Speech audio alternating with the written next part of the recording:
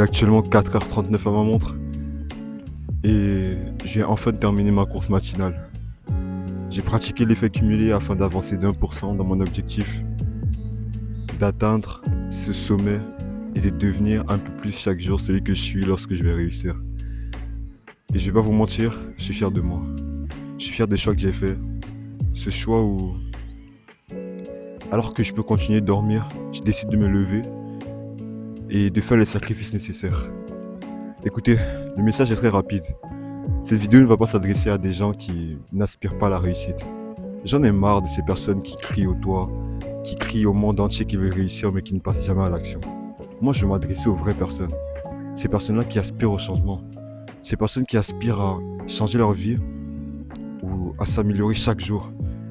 Si tu consommes mon contenu, si tu tombes sur ma vidéo, mais que t'es pas ce type de personne, et ça m'intéresse pas parce que tu comprendras pas ce que je dis. Je veux juste m'adresser à des gens qui savent où ils vont. Alors écoute, si aujourd'hui, t'as 16 ans, 17 ans, 18 ans, 20 ans, 21 ans, je ne sais pas, tu peux te reprendre. Il n'est jamais trop tard pour te reprendre. Est-ce que tu n'en as pas marre finalement de ne plus être sincère avec toi-même, mais de juste donner ta parole aux autres? En réalité, beaucoup de gens sont comme ça. Mais je ne pense pas qu'ils sont fiers. En tout cas, j'ai été comme ça et je n'étais pas fier de moi-même. Lorsque je me couchais tard dans la nuit et que je regardais mon plafond, je remettais ma vie en question. Je n'étais pas fier des choix que je faisais. J'étais plus donné aux autres que donné à moi-même. Et beaucoup de jeunes aujourd'hui sont dans cette situation. Est-ce que tu penses vraiment que les choix que je fais aujourd'hui, de quitter mon confort pour vivre une vie de sacrifice, c'est des choix que je vais regretter à la fin de la journée? Est-ce que tu penses réellement que d'ici 10 ans, 20 ans, si je garde le rythme, j'aurai des regrets? Aujourd'hui, on ne pense plus à demain. Et je trouve que c'est tellement triste, d'ailleurs. On n'arrive plus à penser à demain, on n'arrive plus à penser à ce qui viendra après.